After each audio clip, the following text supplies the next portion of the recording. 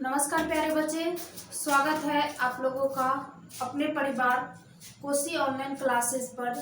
तो जैसा कि कल आप लोगों को हम चैप्टर 2 का जो हम लोगों का श्वसन है वो बता रहे थे और उसमें हम कुछ श्वसन से महत्वपूर्ण बातों पर चर्चा किए थे। और आज हम फिर उसी से आगे उसी के रिलेटेड श्वसन के जो महत्वपूर्ण बातें थी उससे आगे पढ़ेंगे।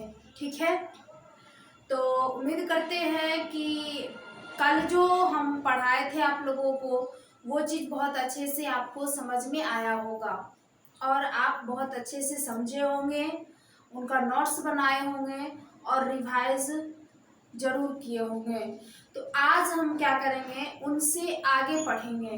तो कल हम आप लोगों को बताए थे कि सांस जब हम लोग लेते हैं तो जिस रास्ते से जाती है उसको क्या कहते हैं, श्वसन मार्ग। और फिर उसके बाद हम क्या सब बताए थे, बहुत सारी चीज़ें ऐसी बताए थे कि मनुष्य 1 मिनट में लगभग कितना सांस लेता है, कितना बार वो बताए थे। फिर जब सो जाता है तब, और छोटा बच्चा जब रहता है तब। तो ये सब सारी बात हम आप लोगों को क्या किए थे, बता दिए थे। आज हम बात करेंगे उससे आगे। और लास्ट पॉइंट था हम लोगों का क्या, कि मानव में श्वास नली या ट्रेकिया की लंबाई कितनी होती है, ये था हम लोगों का लास्ट पॉइंट। तो आज उनसे आगे चलेंगे कि मानव जब सांस लेते हैं तो हम कल बताए थे कि फेफड़े की नाकों के द्वारा, नाक तो वो उनका श्वास नली है, वो एक रास्ता है। बट सांस लेने का मुख्य अंग जो होता है मनुष्य का, वो क्या होता है, फेफड़ा होता है। ठीक है, तो फेफड़ा में, और आप देखे होंगे कि वो जो हड्डियां होती है, पसलियां होती है, वो कितनी होती है, वो बात हम लोग जानेंगे।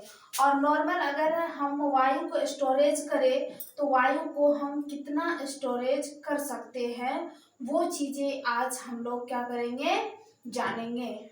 ठीक है, तो चलिए अगला पॉइंट पे हम बात करेंगे।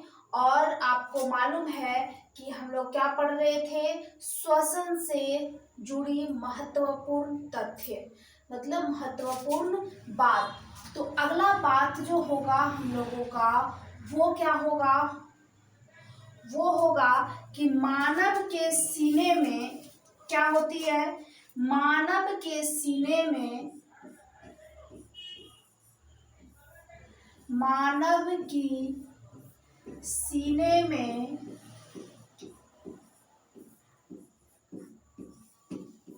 क्या 12 जोड़ी पसलियां होती है, 12 जोड़ी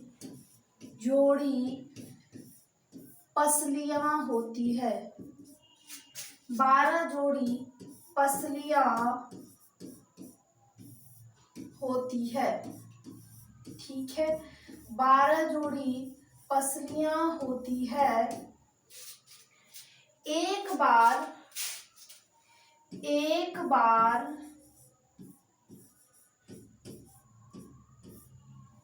नॉर्मल सांस लेने में, मतलब आसानी से सांस लेने में, नॉर्मल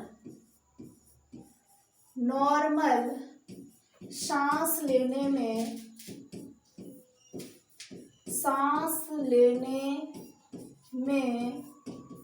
क्या होता है, नॉर्मल सांस लेने में 500 ml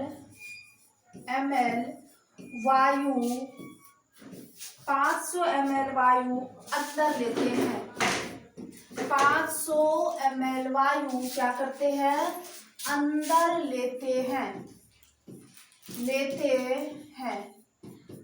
प्यारे बच्चे, आपको बहुत अच्छे से याद रखना है कि आप देखे होंगे,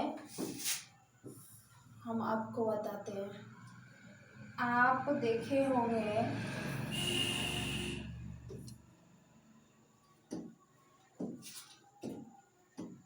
कि ऐसी होती है श्वास नलियां, इस प्रकार से, कुछ इस तरह से। उनके बाद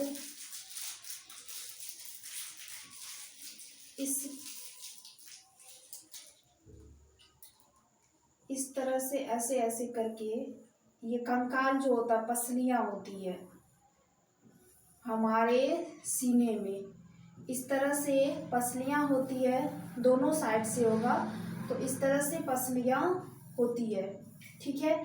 और ये पसलियां कितनी होती है, 12 जोड़ी गिन करके होती है। पसलियां कितनी होती है, 12 जोड़ी गिन करके होती है। और आपको ये भी याद रखना है कि जब हम नॉर्मल सांस लेते हैं, जैसे अभी हम सांस ले रहे हैं, ठीक है, और जब हम फिर फुला के सांस लेते हैं जोर से, जैसे ऐसे करके सांस लेंगे, तो ये नॉर्मल सांस नहीं हुआ। अभी अगर हम जैसे ले रहे हैं, ये हुआ नॉर्मल सांस। तो नॉर्मल सांस लेने में हम कितने वायु अंदर लेते हैं, तो क्या याद रखना है आपको कि 500 ml वायु को क्या करते हैं हम लोग, अंदर लेते हैं एक बार में, ठीक है। चलिए आगे बात करेंगे।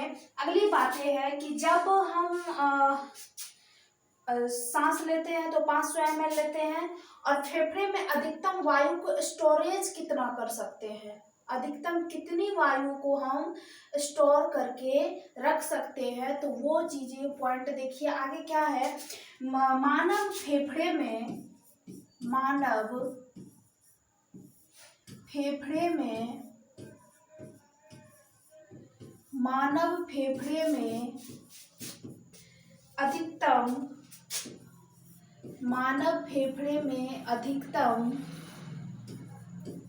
अधिकतम 6000 ml, क्या 6000 ml वायु, 6000 ml वायु क्या जमा कर सकते हैं, जमा कर सकते हैं, जमा कर सकते हैं। कितना, 6000 ml वायु को क्या कर सकते हैं, वो स्टोर कर सकते हैं। ये भी आपको बहुत अच्छे से याद रखना है। क्या आप एक बात जानते हैं कि जब हम वातावरण से वायु ग्रहण करते हैं तो उनमें कौन कौन सी गैसें मिली हुई होती है। अगर आपसे पूछा जाए कि चलिए वातावरण है, एटमॉस्फेयर है, इससे हम वायु को ग्रहण करते हैं, ठीक है, तो वायु ग्रहण करते हैं तो क्या हम ऑक्सीजन को चुन चुन के ग्रहण करते हैं। मेरे अंदर इतनी क्षमताएं नहीं है कि हम उनको चुन चुन करके क्या करें, ग्रहण करें। वो हमारे बॉडी में जाने के बाद ही उसको चुना जाता है, अलग किया जाता है, ठीक है। तो आपको ये बात क्या पता है कि जब हम वायु ग्रहण करते हैं तो उनमें कौन सी गैसें और कितनी मात्राएं में कौन होती है, तो वो बात भी आपको जान लेना है कि क्या होगा। चलिए ध्यान दीजिए,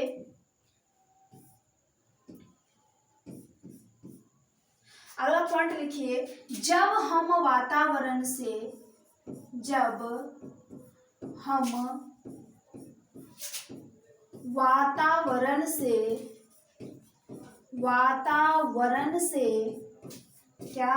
जब हम वातावरण से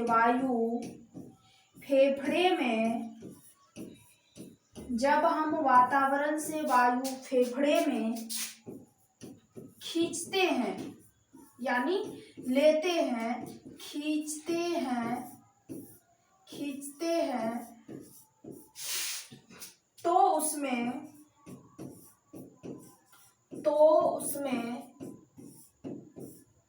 क्या सब होते हैं, देखिए नाइट्रोजन N2 कितना प्रतिशत, N2 78%, ठीक है। और उसके बाद O2 यानी ऑक्सीजन कितना प्रतिशत, मात्र 2%, ठीक है। एवं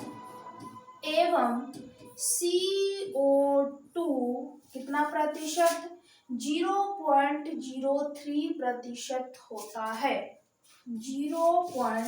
0.03% होता है। बहुत अच्छे से आपको ये बात याद रखना है, कई बार ये क्वेश्चन किया गया है, पूछा गया है, तो आपको भी क्या कर लेना है, याद रखना है।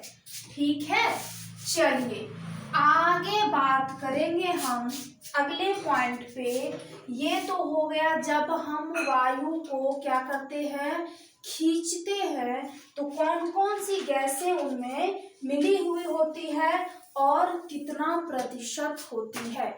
अब बात करेंगे जब हम क्या करते हैं, फेफड़े से वायु को बाहर निकालते हैं, तो क्या कितना प्रतिशत निकलता है वो चीज।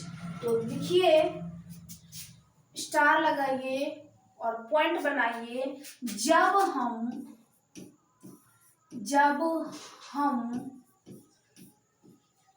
फेफड़े से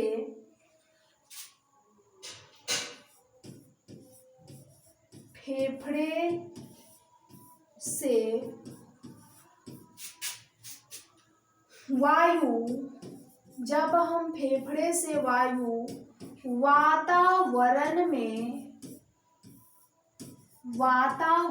में क्या करते हैं, छोड़ते हैं,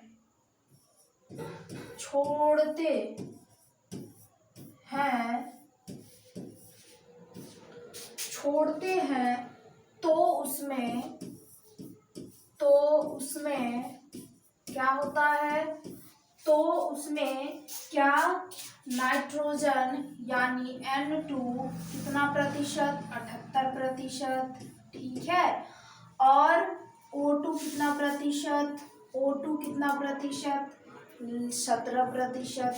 उसके बाद एवं CO2 कितना प्रतिशत, तो CO2 कितना 4%, ओनली 1 हम लोग क्या करते हैं, छोड़ते हैं। तो ये भी आपको क्या करना है, बहुत अच्छे से याद कर लेना है, ये समझने का चीज है। ठीक है, चलिए अब बात करेंगे आगे कि जब हम बहुत ऊंचाई पर चढ़ते हैं तब क्या होता है। आप एक लिमिट है, अगर इस वातावरण में ज़्यादातर ऊंचाई पर जाएंगे तो आपके साथ में ऑक्सीजन सिलेंडर चाहिए। और जब समुद्र में भी गोताखोर जाता है तो उनमें भी क्या रहता है, वो भी क्या लेके जाते हैं, ऑक्सीजन सिलेंडर लेकर के जाते हैं। अगर वो नहीं जाएंगे तो फिर वो समुद्र की ज़्यादातर गहराई तक नहीं पहुंच सकते हैं। उनका क्या होगा, सांस फूलने लगेगा, मतलब वो जिस काम से जाएंगे वो काम उनसे नहीं हो पाएगा। वैसे ही जब हम बहुत ऊंचे पहाड़ पर चढ़ते हैं तो पहाड़ पर भी चढ़ने के लिए आप देखे होंगे कि पीठ पर जो लटका हुआ रहता, सिलेंडर लटका हुआ होता है, ऑक्सीजन सिलेंडर, तो उनमें क्या होते हैं, उनमें कौन कौन सी गैसें मिली हुई होती है, उनमें भी मिली होती है गैसें, तो कौन कौन सी गैसें मिली होती है वो बात भी आपको पता होना चाहिए। ठीक है, चलिए लिख लीजिए, क्या पर्वत पर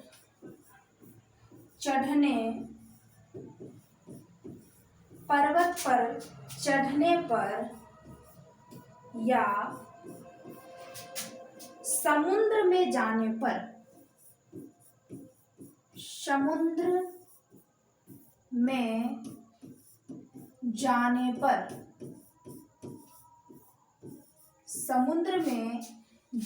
पर ऑक्सीजन सिलेंडर में ऑक्सीजन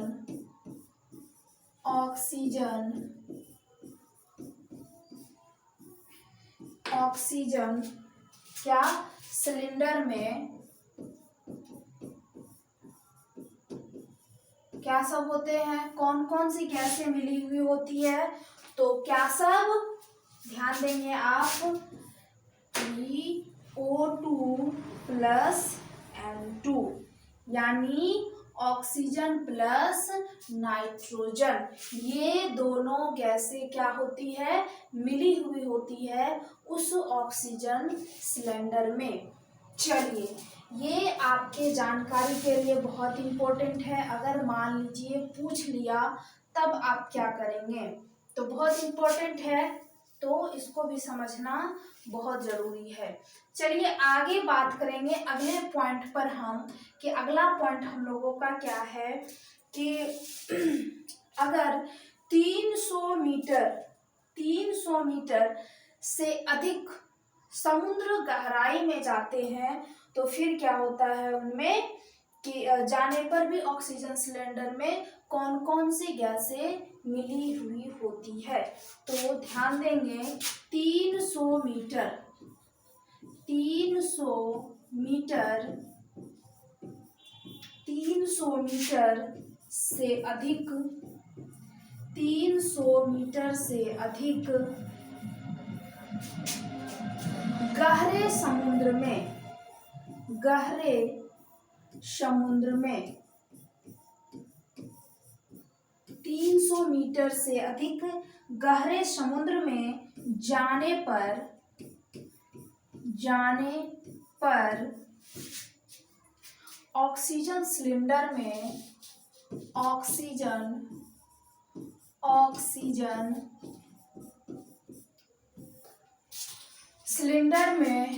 क्या सब रहता है, ऑक्सीजन सिलेंडर में क्या सब रहेगा। तो बच्चे आपको बहुत अच्छे से मालूम होना चाहिए कि O2 प्लस He, मतलब ऑक्सीजन और He से क्या होता है, हीलियम गैस। दोनों गैस क्या होती है, मिली हुई होती है। जब हम समुद्र में 300 मीटर गहराई से नीचे जाएंगे तो उसके ऑक्सीजन सिलेंडर में क्या सब होते हैं, O2 प्लस He, मतलब हीलियम। चलिए आगे पॉइंट पर हम बात कर लेंगे। अगला पॉइंट जो हम लोगों का है उस पर बात करेंगे। चलिए, अब आपको हम कल बताए थे एटीपी क्या है, जैव ऊर्जा है, और ये जीवों को ऊर्जा प्रदान करता है कौन, एटीपी। तो इसको क्या कहते हैं, जैव ऊर्जा भी कहते हैं, जिसका फुल फॉर्म हम आप लोगों को लिखा चुके हैं, कल भी बताए थे। तो उनका फुल फॉर्म क्या होता है, एडिनोसिन ट्राइफॉस्फेट। कई बार क्वेश्चन पूछा हुआ है, तो आपको क्या करना है, याद रखना है। लेकिन उनसे पहले एक चीज और जान लीजिए, क्या श्वसन की क्रिया में, अगला पॉइंट लिखिए, श्वसन की क्रिया में, श्वसन की क्रिया में, श्वसन की क्रिया में फेफड़े को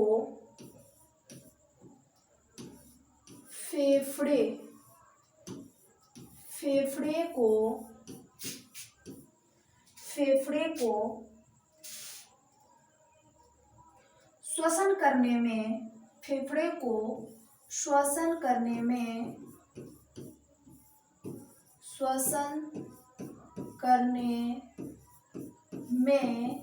क्या सबसे अधिक मदद कौन करता है, श्वसन करने में सबसे अधिक मदद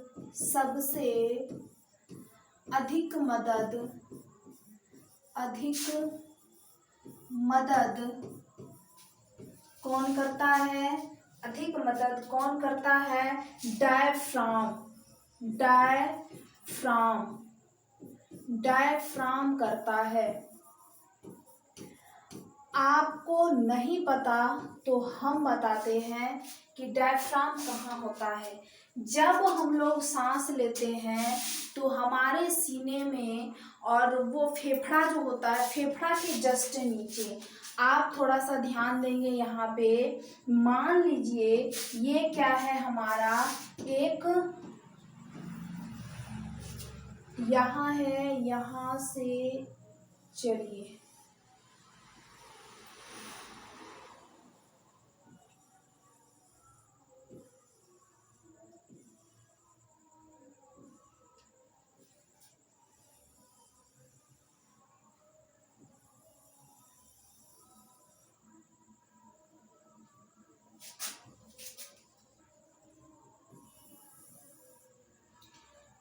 तो ये जो फेफड़ा है ना, फेफड़ा के ये तो होती है वायु कोश। चलिए ये हो गया वायु कोश।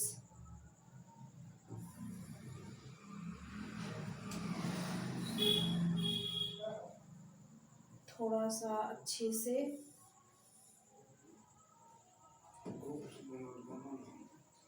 ये हो गया वायु कोश, ठीक है।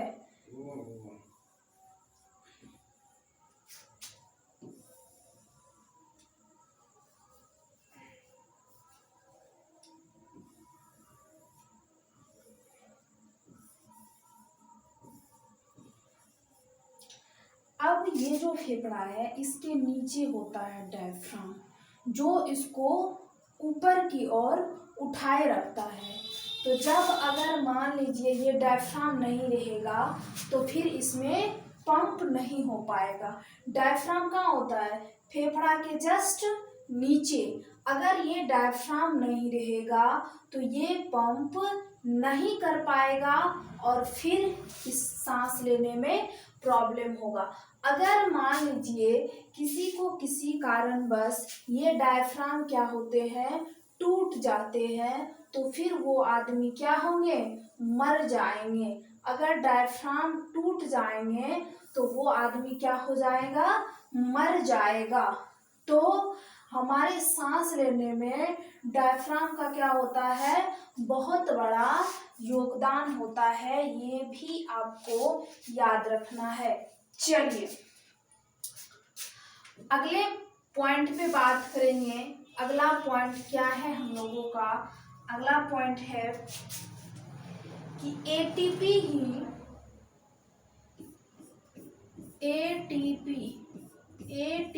ही क्या करती है? एटीपी ही समस्त जैव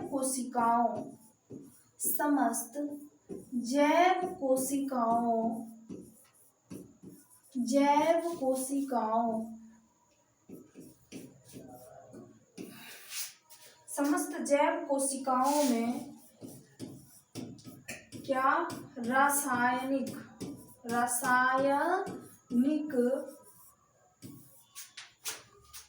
ऊर्जा का सार्वजनिक घटक है।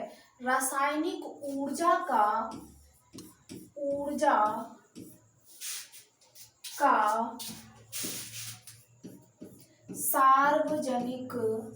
सार्वजनिक क्या है, घटक सार्वजनिक घटक नहीं है, वाहक लिखिए, वाहक, सार्वजनिक वाहक है। जितने भी जीव हैं, सारे जीवों में जितने भी जीव हैं, यहाँ लिखा हुआ है समस्त जीव, तो जितने भी जीव हैं सारे जीव की कोशिकाओं में रासायनिक ऊर्जा का वाहक कौन होता है? वो क्या होता है? एटीपी होता है। और एटीपी को क्या कहा जाता है? जैव ऊर्जा कहा जाता है, क्योंकि जब हम सांस लेते हैं तो एटीपी के रूप में ऊर्जा क्या होती है, इकट्ठा होती है। चलिए आगे बात करेंगे कि एटीपी का उत्पादन कैसे होता है। एटीपी का उत्पादन कैसे होता है, एटीपी कैसे बनते हैं? तो आप लिखेंगे क्या, एटीपी का उत्पादन, एटीपी का उत्पादन क्या शरीर के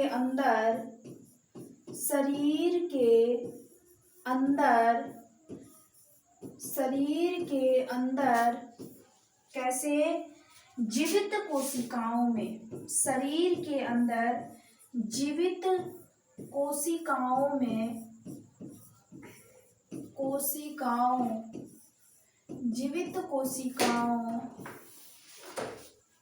ही होता है, जीवित कोशिकाओं में ही होता है, जीवित कोशिकाओं में ही होता है, मरे हुए कोशिकाओं में नहीं होता है।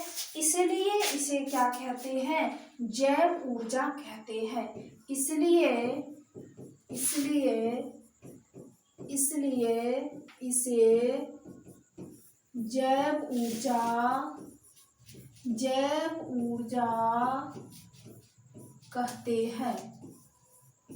जैव ऊर्जा कहते हैं। ये बात भी आपको बहुत अच्छे से याद रखना है कि एटीपी का उत्पादन कौन करता है? हमारे शरीर की जो जीवित कोशिकाएं होती है वो क्या करती है? एटीपी का उत्पादन करती है। आपको मालूम है कि असंख्य प्रकार की कोशिकाएं हमारे शरीर में मरती भी है, तो मृत कोशिकाएं एटीपी का उत्पादन नहीं करती है। अगर कोशिकाएं ना मरे तो भी दिक्कत है, अगर कोशिकाएं नहीं मरती है तो वो क्या हो जाता है? इकट्ठा होते जाता है, और जब वो इकट्ठा होते जाता है तो लोगों में क्या हो जाती है? बीमारी हो जाती है, और कोशिका न मरने से लोगों में कैंसर हो जाता है। आप देखे होंगे कैंसर वाले लोगों को गांठ बन जाता है। तो गांठ क्यों बनता है? कि वो कोशिकाएं मर नहीं रही है, कोशिकाएं एक जगह जमा हो रही है, वही कोशिकाएं क्या होती है?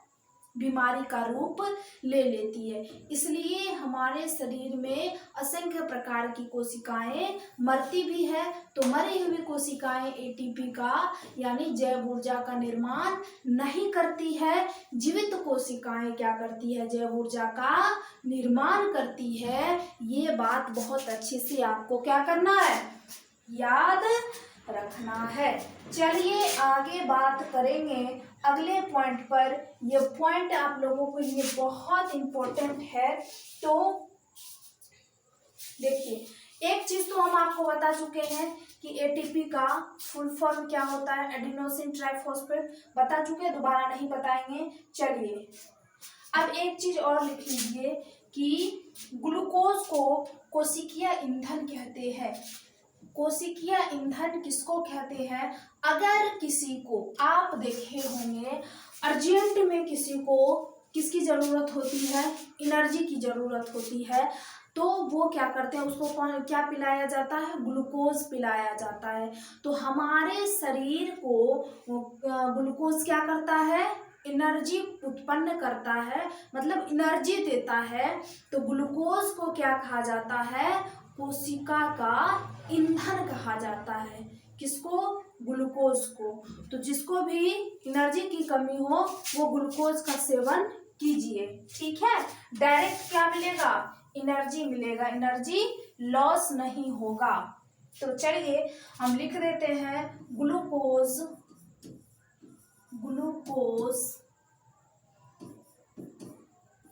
को कोशिकीय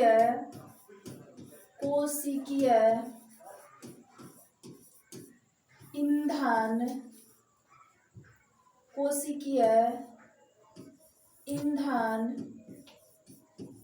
कहते हैं। कोशिकीय ईंधन कहते हैं। अगर आपसे कोई पूछे कोशिकीय ईंधन किसे कहते हैं तो आप बहुत अच्छे से जवाब दे देंगे कि कोशिकीय ईंधन किसको कहते हैं? ग्लूकोज को। और ग्लूकोज का सूत्र मालूम है ना आप लोगों को? C6H12O6। कई बार क्वेश्चन पूछा हुआ है। C6H12O6 ग्लूकोज का क्या होता है? सूत्र होता है, याद रखिएगा। चलिए अब हम बात करेंगे श्वसन होते कितने प्रकार के हैं। श्वसन दो प्रकार के, एक तो वायवीय श्वसन और दूसरा अवायवीय श्वसन। तो ये भी एक बहुत महत्वपूर्ण बिंदु है। लेकिन अब क्या करेंगे हम, आज रहने देते हैं यहीं तक। अब कल इससे आगे हम क्या करेंगे, कंटिन्यू करेंगे। तो आप लोग इनको क्या कीजिएगा, बहुत अच्छे से समझ लीजिएगा, बहुत अच्छे से नोट्स बना लीजिएगा और इन पॉइंटों को याद रखिएगा। जो चीज़ आपको समझ में ना आए कमेंट बॉक्स में आप लिख सकते हैं, हम उनका जवाब देने के लिए तत्पर रहेंगे। आशा करेंगे कि आपको ये बात समझ में आ गया होगा। तो अब मिलेंगे अगले वीडियो में, तब तक के लिए जय हिंद।